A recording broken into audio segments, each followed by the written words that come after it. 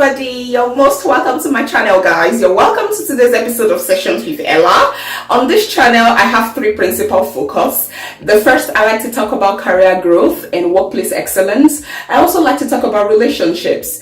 And in order not to sound overtly prescriptive, I make sure to show you a thing or two about my life with some lifestyle vlogs popping here and there. Alright, so yes, you're most welcome. I hope you would be delighted to join the family. If today is your first time, do take a moment, please, to hit the subscribe button, okay, and the notification bell so that you are notified every single time I put up a new video. So yeah, guys, you are most welcome. Today I have something really interesting to talk about. I would be continuing my series on relocation because we newly just relocated from Nigeria to the city of Calgary, Canada. In order to support you upon your landing, I thought to do a couple of videos to help you.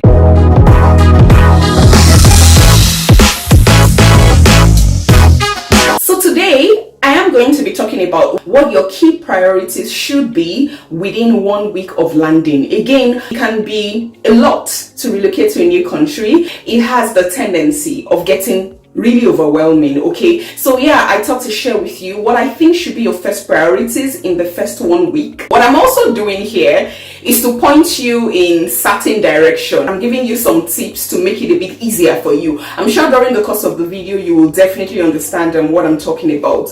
First and foremost, it would be for you to get your SIM card. Obviously, you want to make sure that you have a SIM for your phone. And then I know that there is this myth. Do I call it a myth or a general knowledge, so to speak, where people tell you there are certain phones you have that cannot work in Canada? I don't know about that, Shabo. I was thinking like Techno phones, Journey phones, or maybe because Journey is not from China, I don't know why, but Journey phones work here very well, okay? Samsung phones work here, so yeah, it all depends on you, okay? Get a SIM for your phone. And I need you to know that every single month there is a bill for mobility. There is a bill you pay for mobile, right? For your SIM card, for your call package, for your data package, okay? And it varies with different internet providers. There's Rogers, there's Telos, there's Bell. So what I would advise is when you come, do not just go to one of them and settle for what they are offering you, okay? Try to work with different network providers and choose the one that is most convenient for your budget, okay? For your budget, please. I feel like a normal package that would seem okay for me would be probably between, say, 40 to 50 max.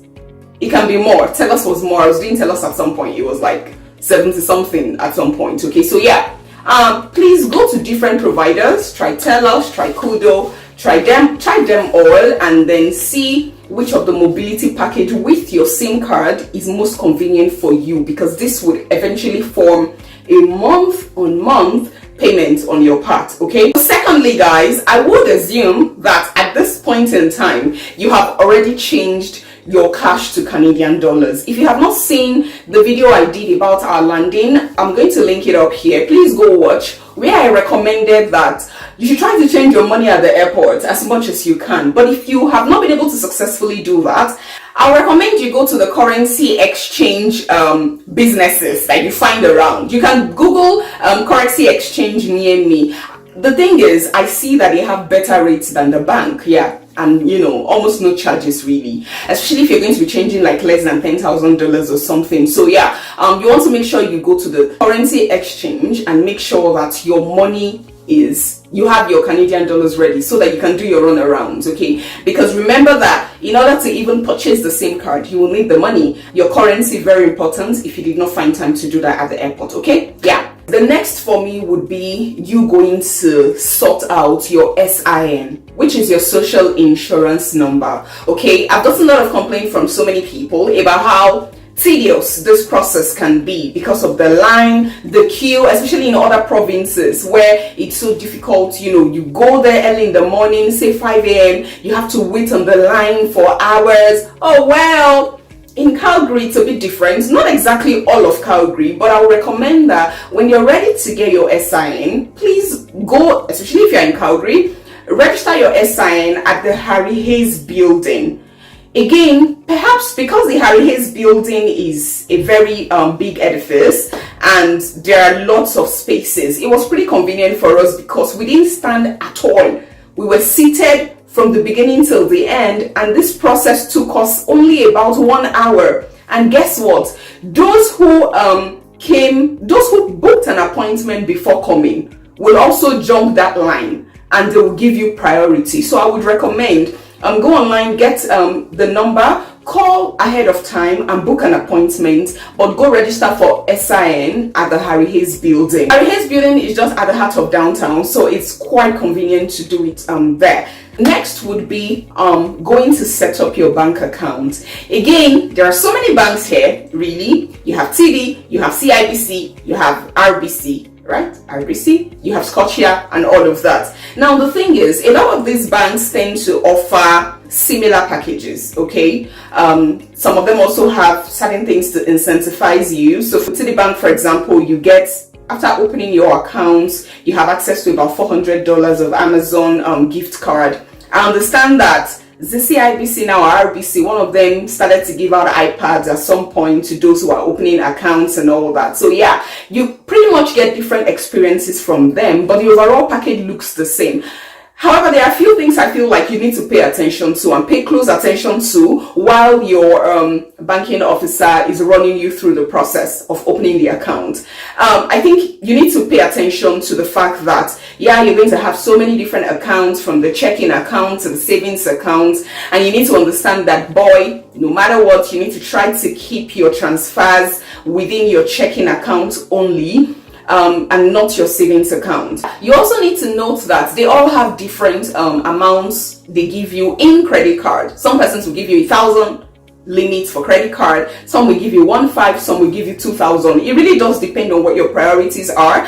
Again, a $2,000 credit card might not be enough for you to build your credit score, but whatever the bank is offering, you pay attention and push as much as you can for whatever amount you want, so that your credit card can give you the opportunity to build enough credit score. Now, you also need to note that on your credit card, I don't know if your banking officer might tell you this, but you need to understand that you do not have the liberty to max out your credit card. Do not spend all the money on your credit card per time, so that you are not seen to be credit dependent. At the same time, you want to make sure that you are spending, say, 50 to 70%. I'm not quite sure. You can double check and confirm. But when it comes to opening your bank account, these are some of the information you want to pay close attention to and ask all the right questions, so that you are not, and then also make sure that your bank is not going to be charging you for at least the first 1 year for your transactions.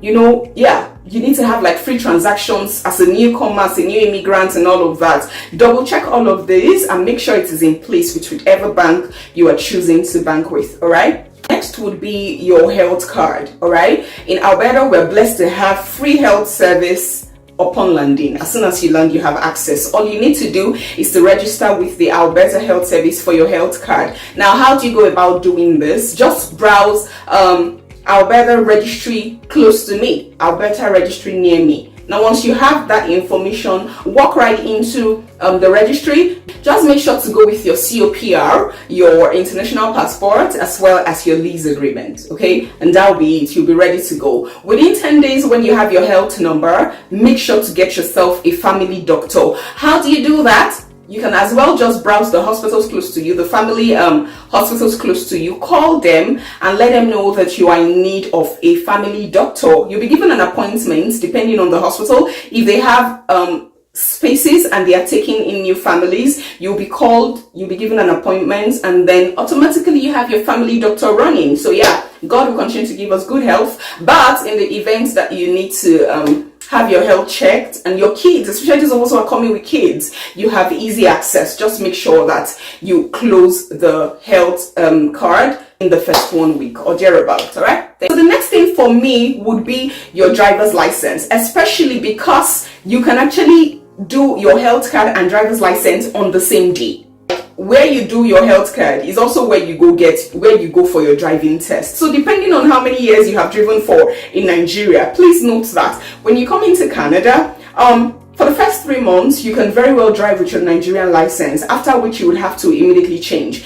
Now, at the registry, you can go for your knowledge test. There are certain apps that helps you brushing your knowledge about basic road tests, okay? And that's what you'll be doing at the knowledge test, same place where you'll be getting your health card, so you could as well do that on the same day.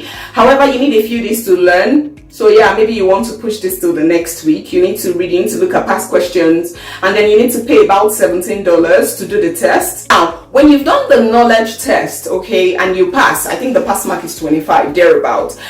Once you pass that test, you'll be given a class 7 license. Now, if you have driven in Nigeria for over a year, okay, your Nigerian license will be taken to Edmonton for confirmation and all of that. Once they've confirmed you've been driving for a very long time, then you can go back to apply for the class 5 license and then do the proper road test, okay? Because for a class 7 driver in Canada, there has to be a class 5 driver seated with you, while you are driving, okay? So yeah, basically why I really started to talk about the license is because I'm trying to point you in the direction of where you are doing the registry. Your health registration is exactly where you will do your knowledge test for the class 7 license. So you might as well do all of that at the same time, or because you need some time to read, you might want to push that till a later date, okay? Yeah, so once your license is out of the way, the next thing for me would be looking at your home properly now and then trying to set up your home internet.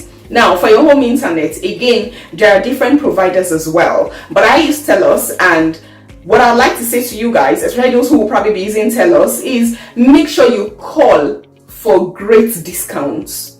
I got a very good discount for my house. So normally your house would have a discount already, but as a new user, you also have access to certain discounts. So for me, for example, I got on a plan where I didn't need to pay for the first 2 months at all. Okay, so yeah, make sure to call, because I feel like if you walk into a TELUS store to have that conversation, there might be a limit as to the kind of package they can offer you. But if you call them directly, then you have enough time to talk. You have enough time to talk about your situation and how you are new and how you want better rates and all of that. And you might as well just get it, okay? So yeah, for your home internet and all of that, you might be paying between 60 or 70 or between 50 or $80 thereabouts monthly. And then the internet has different speeds as well. So for me, I do YouTube, so I need a network that is a bit strong. So you want to put all of that into consideration. You also work from home. You want to make sure that you have a very sound network for working from home as well. So yeah, right after that, I would think that setting up your electricity would be next priority. Of course, you could also have done this a bit early on, but then it's all, some of these things you kind of need to do at the same time. Yeah, so for electricity, it's pretty standard really for everyone, but when you call, try to see if you can get as much discount as you can. In Canada, you need to always ask for discounts. You need to be very proactive about your discounts, and feel free to always let them know, see, I'm a new immigrant, I need a better deal. You just might get a better deal, you never know. And then yeah, your home electricity is all set and ready. Okay guys, so yeah, I'm about to wrap this up, and I will not go without telling you to please make sure you call the Center for Newcomers. Now, I recall that when we landed in Toronto, we were given, a Center for Newcomer information for Toronto. But when we got to Calgary, we had to call the Calgary Center. So depending on where you're landing, make sure to call the Center for Newcomer. Very important, because the Center for Newcomers, they have a variety of information that you can still find useful. For example, if you want to get a bus pass here in Calgary, monthly, you'll probably be paying about $100 thereabout for your monthly bus pass. However, when you call the Center for Newcomers, what they will do is to give you a letter that you can take to Calgary Transit, and then you will get the same bus pass for about $36. Can you beat that? That's so much discount really. So you want to make sure you're taking advantage of all of these opportunities that are at your disposal. Another thing the Center of Newcomer can talk to you about would be your tax, how to file your tax returns, and how to make sure that you fill the GST and all of those tax information such that the government can pay you back, give you some tax rebate. after a certain period in time. So please make sure to call. Whatever you do, however you've been able to settle in and figure out a lot of things, I think you should take time to call the Center for Newcomers. They could also support you with some employment consultants that they can also link you with within the period, and then they can help you, maybe not exactly help you secure a job, but perhaps give you tips that can help you or facilitate your getting a job. Okay guys, so I think this is a pretty decent place to call it a day. This is a good place to stop for today. I hope all the information I've shared has been helpful so far. After now, I'm going to be doing a video on our PR story. I'm going to be telling you guys, our timelines and how we got into Canada and all of that, after which I'll be talking about the different pathways for coming into Canada. So stick with me guys, but let me know if this video has been helpful, and if you're just joining me again, I hope you have subscribed guys. Please, I'm begging you, subscribe to my YouTube channel guys. Also expect a whole lot from me, because as soon as I'm done with this whole Canada content, I can go back to why we're actually on Sessions with Ella. Okay, a lot of interesting topics coming up. I hope you stick around, and I'm gonna be seeing you guys in my next episode, in the next episode of Sessions with Ella. Bye.